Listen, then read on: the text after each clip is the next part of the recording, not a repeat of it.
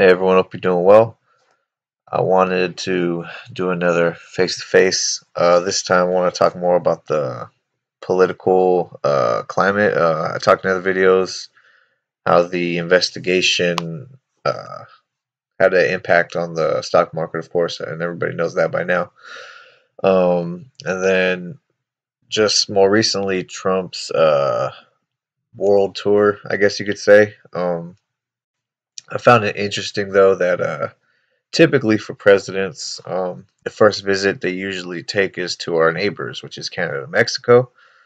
Um, but despite everything that's going on with like immigration and healthcare bill and all this stuff, and Canada and Mexico aren't very happy with the United States right now. So if he would have went to those countries, there probably would have been protests and it would have looked bad.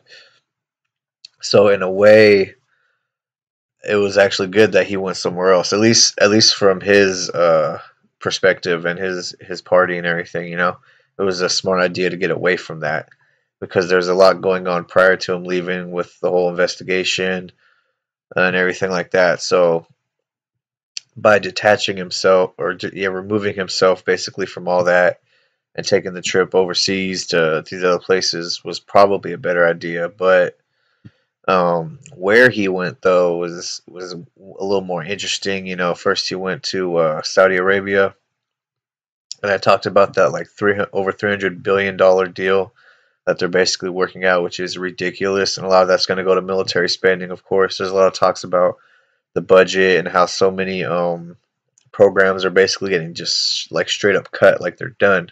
Like if this budget goes through, like Meals on Wheels is one thing. There's a lot with education. There's a lot with like EPA. There's a lot of things where it breaks down each level, basically of how much is getting cut, and all of it, all of the money is basically going towards military, pretty much, and maybe some a little bit of the veterans.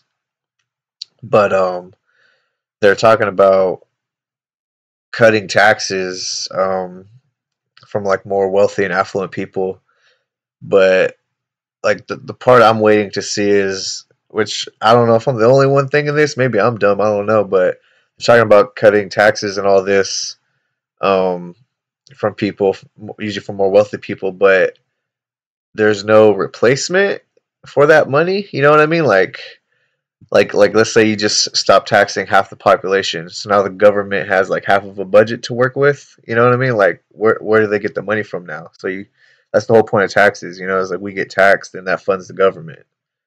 Uh, so I don't know. I'm just confused on that. I'm waiting to hear more on that, but it's like 2 trillion or something like that, basically being taken or getting reduced taxes from certain people, certain more affluent people, but there's no 2 trillion coming back in to replace the 2 trillion we're taking out.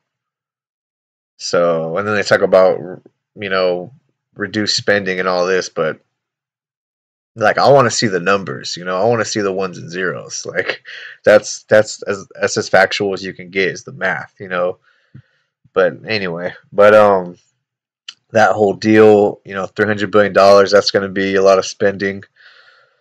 Supposedly go to infrastructure, which is odd because HUD is getting cut so much. Ben Carson is which why Ben Carson, of course, but is in charge of that.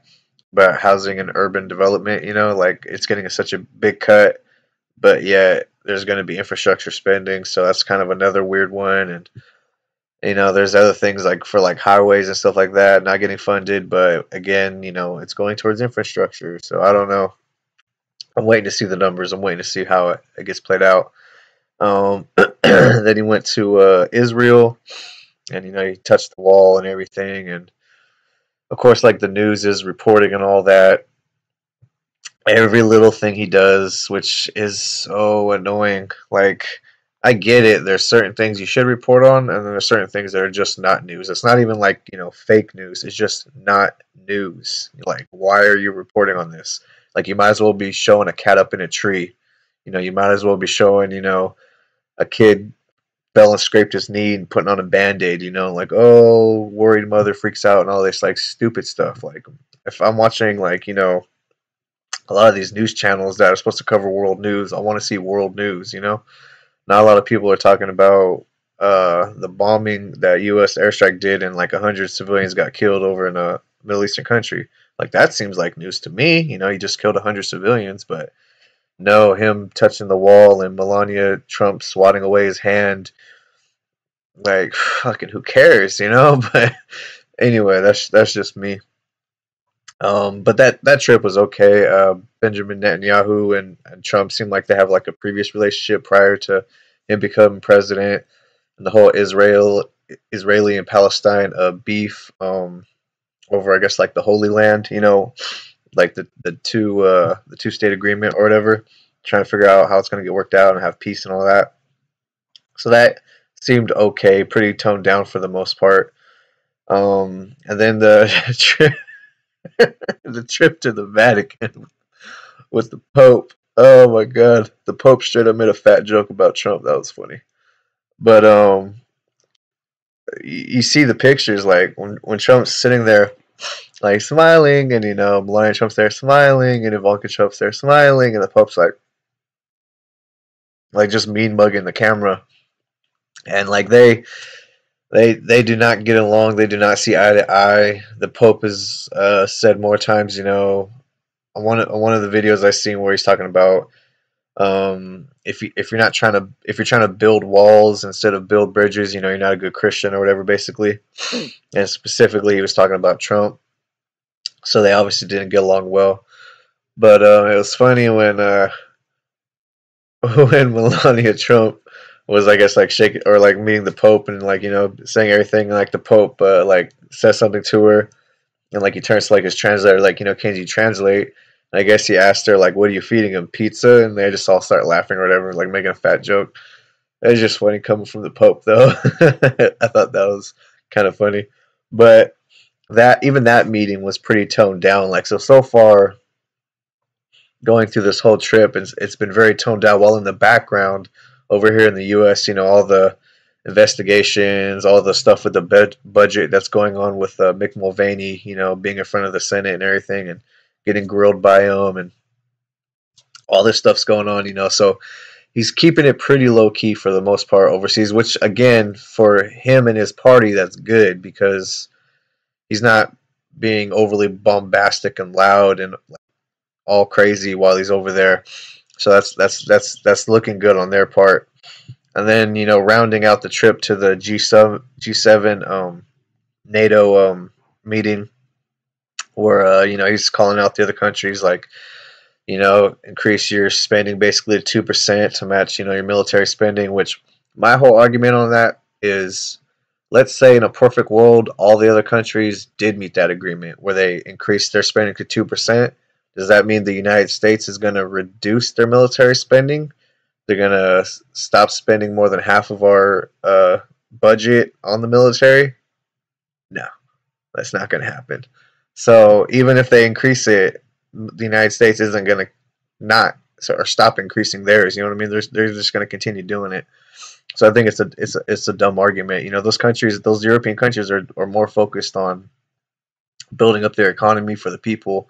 You know, they do have like better healthcare system and some educational systems, like in Germany. You know, so like that's where they're putting their money. You know, they're not focusing so much on military. They do still have a military, but it's just not to the level of the United States, which no country is to the level of the United States. But the whole meeting was, I think, just kind of like he's reading from the cue card. You know, like I say, he's keeping it low key. It seems like the whole time. He didn't take a lot of questions during the trip, which was again smart for him and his team. He's just doing everything he can to keep it low key. He's not trying to add to the fires that are going on in the United States about all this. Um, and what's interesting is a lot of his rhetoric up to this point has been friendly with Turkey, Duterte in the Philippines, and like Putin in Russia, like more like seen as authoritarian leaders, which is like it seems like he's putting more interest in those countries with those leaders than our actual allies like Germany or France. Like he wouldn't even shake Angela Merkel's hand, and then Macron. When they did the little handshake, Macron was like right there, like eye locking him, like I see you in your handshake, I know what you do. So it's becoming this stupid power game with our own allies, which is so weird. But it seems like maybe now trade deals are going to switch it up. They're going to be with these other countries that we don't typically do a lot of deals and business with, which could potentially bring them into the whole UN alliance and all that. I doubt it, but up to this point, it's just been interesting. It's just been interesting to watch. Um, but that's kind of what I wanted to touch on this whole trip. Like it's been toned down. It's he odd that he went to these countries first to visit. In some cases, no president has been to these countries, or at least not been there in a long time. So it kind of looks good that way, but not really. Like if you go to Saudi Arabia, you're not even allowed in with like a camera because you can't go through and film the stuff they do. And you see a woman bump into a guy, and of course the woman, like, only her like eyes are showing, and she has like the covering from like head to toe. And then she bumps into the man, and then she's scared for her life because she heard a man, or she potentially like stepped up to a man or whatever. Countries like that are very the opposite direction of where we want to be as like a civilization, for more equality. But like he's visiting those kind of countries and making deals with those kind of countries, whereas like France and Germany are more freer in a sense. They offer more to their taxpayers. They offer more to their civilians. They offer more to the people of their country. But we don't want to do deals with them. We want to do deals with these other countries that have oil and money and all this stuff that we can exploit because oil runs our economy. Obviously, like without oil, like you couldn't live an hour or so away from your job because nowadays, like it's becoming harder and harder to find jobs. They're becoming more and more scarce. The whole robotics taking over people's jobs, stuff like that. So you need a car that takes gas that can drive you an hour to your job. Otherwise you'd have to live right in your job's location within like a mile radius of it if you didn't have like a thriving economy built on oil, basically. But even then, more of a reason to push solar and stuff because I don't care where you are on the planet, the sun is going to hit it. So you're going to be able to get energy that way. Oil, you have to actually dig into our natural resources and extract it and export it everywhere. You don't have to export sunlight. You don't have to export wind. It's abundant. It's there. And then we even have two coasts where we could use like hydropower, but I don't know. But for the most part, like I said, this trip's been toned down, and I think coming back, it'll be a lot of talking points, but the market for the most part has been steady, like I said, and that's the main thing that keeps it going is as long as nothing crazy happens in politics, and as long as nothing crazy happens, like the little Comey little fear moment in the market, that market will just keep pushing up slowly and slowly and slowly. And tech had one of its best weeks this week, so it's pushing up good, and my accounts are doing good, showing for it as well. My Bitcoin's coming down though, or all my altcoins are coming down. I think it's because of that a little bit of a fear because like Coinbase was shut down for like a couple hours or something, but it was on such a steep run up. It's actually kind of chilling and it's going sideways right now, which is good. Because I need it, in my opinion, I need it to build like a sideways kind of barrier or a kind of a floor. That way, when it shoots up and then it comes back and it'll bounce off that floor, then go back up. If it just keeps going up like this, then it's just going to crash like this. There's going to be nothing to support it. So, with that being said, that's just kind of the update. I just wanted to do like the end of week, kind of look at that trip, and like I said, a lot happened, and that big $300+ billion trade deal was definitely something to look at, and then also the budget cuts. I mean, if they go all the way through, that is, of course, it could be detrimental to us, to a lot of people. But I think there's like 60 plus departments in the government that are basically getting cut and closed down because they can no longer get funding. And like I said, some of them, like, oh man, like if I think about like Meals on Wheels, like that's, if that gets cut, that's sad. Like that's sad.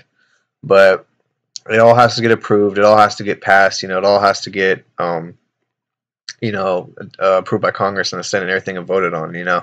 So I'm waiting to see what happens like that. I don't want to over speculate in it too much, but I'm just looking at the numbers of what's being cut, and then like I'm I'm concerned about it. But anyway, that's all I wanted to do for today. If you have any questions, as always, feel free to leave me a comment. Do my best to answer. And if you like my channel, help me out. Click like and subscribe. Um, as always, I leave my cryptocurrency wallets in the description if you want to make a donation to the channel to help me out. At some point, I won't do this in front of just a wall, and I'll have a camera set up and not just like my laptop sitting on my lap, filming me. But that'll be later on. So any help at all will be great. And as always, thank you for subscribing. 3,500 people and going. I'm pretty happy with this channel. I've only started it this year. So it's good to see that it's growing so well and steady, and I really appreciate the support I get from you all. So thank you. Have a good day.